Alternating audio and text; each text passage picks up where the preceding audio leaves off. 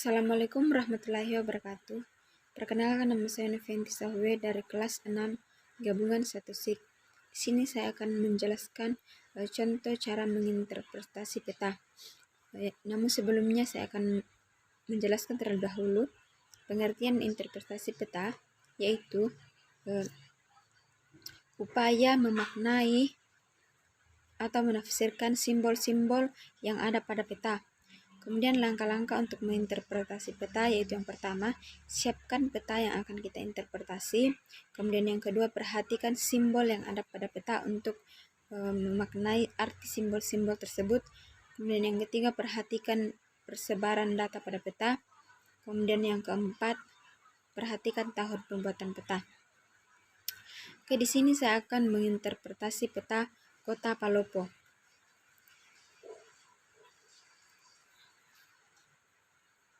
Yang pertama yaitu kota kecamatan. Kota kecamatan yang di peta Kota Palopo diberi simbol lingkaran berwarna putih. Adapun kota kecamatan yang ada di Kota Palopo yaitu Kecamatan Barat, Kecamatan Wara Barat, Kecamatan Barat, Kecamatan Mungkajang, Kecamatan Sendana, Kecamatan Teluwanua, Kecamatan Wara, Kecamatan Wara Selatan, Kecamatan Wara Timur, dan Kecamatan Wara Utara. Jumlah kecamatan yang ada di Kota Palopo yaitu berjumlah 9 kecamatan. Selanjutnya yang kedua yaitu kota kelurahan. Pada peta Kota Palopo, kota kelurahan diberi simbol titik berwarna hitam. Adapun kota kelurahan yang ada di Kota Palopo yaitu yang pertama Rampowang, Balandai, Temaleba, Tok Bulung, dan Buntu Datu. Kota kelurahan tersebut terletak pada Kecamatan Bara. Kemudian Mungkajang, Murante, Latupa, dan Kambo. Kota kelurahan tersebut terletak di Kecamatan Mungkajang. Kemudian Sendana, Purangi, dan Mawa. Kota kelurahan tersebut terletak pada Kecamatan Sendana. Kemudian Batu, Walendrang, Mancani, Morowangin, Jaya, Salubatang, Sumarumbu, dan Pentujangan. Kota kelurahan tersebut terletak pada Teluwanua, Kecamatan Teluwanua. Kemudian Benteng, Surutanga, Pontap, Malatundrung, Salekoe, Salotelue, dan Panjoale terletak pada Kecamatan Wara Timur. Kemudian Binturu, Sampodok, Songka, dan Takalala terletak pada Kecamatan Wara Selatan. Kemudian Batang Barat, Lebang, Padang Lambe, dan Tomarundung terletak di Kecamatan Wara Barat. Kemudian Amasangan, Boting, Tompotika, Lagaligo, Dangerako, dan Pajalesang terletak pada Kecamatan Wara. Kemudian Batu Pasi, Penggoli, Sambamparu, Luminda, Salubulo, dan Patene terletak di Kecamatan Wara Utara. Kemudian simbol untuk Kota Palopo yaitu lingkaran berwarna putih. Kemudian di tengahnya ada kembali lingkaran berwarna putih. Kemudian selanjutnya yaitu batas kabupaten diberi simbol garis tebal, kemudian di tengahnya terdapat garis putus-putus 2 dan disambung kembali dengan garis. Kemudian untuk batas kecamatan diberi simbol garis tebal, kemudian di tengahnya terdapat garis putus-putus 3 dan disambung kembali dengan garis.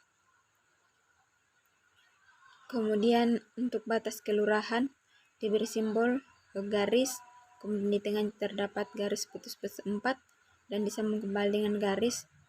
Itu merupakan batas kelurahan. Kemudian pelabuhan diberi tanda lingkaran dan gambar tanda laut di dalam tengah. Kemudian selanjutnya yaitu gunung diberi diberi simbol segitiga berwarna merah. Adapun gunung yang ada di Kota Palopo yaitu yang pertama Buntu Karangan Lotong, kemudian Buntu Sampuna, Buntu Telewasik, Buntu Kayu Angin, Buntu Sumarambu, Buntu Toang, dan Buntu Boting terletak di Kecamatan Warak Barat. Kemudian Buntu Kambo, Buntu Puang, Buntu Kandeang Lampah terletak pada Kecamatan Mengkajang. Kemudian Buntu Ambawang, Buntu Lobo, Buntu Pangkah, Buntu Simbuang terletak di Kecamatan Sendana. Kemudian Buntu Salubulo terletak di Kecamatan Warak Utara. Kemudian Buntu Marawangin, Buntu Pentojangan, dan Buntu Padang Alipan terletak pada Kecamatan Teluwanua. Selanjutnya yaitu sungai diberi simbol garis bercabang-cabang. Adapun sungai yang ada di Kota Palopo yaitu Sungai Bambalu atau Sungai Batang, kemudian Sungai Latupa dan Sungai Boting dan beberapa anak sungai lainnya. Kemudian jalan arteri diberi simbol garis tebal berwarna orange. Kemudian jalan kolektor diberi simbol garis tebal berwarna kuning, dan jalan lokal diberi simbol garis berwarna biru.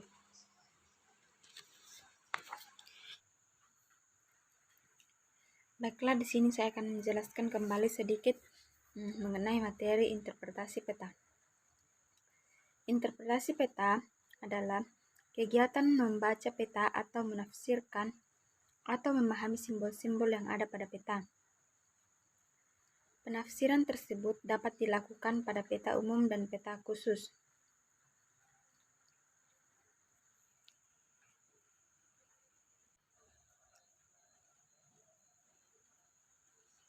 Peta umum menggambarkan berbagai kenampakan umum permukaan bumi.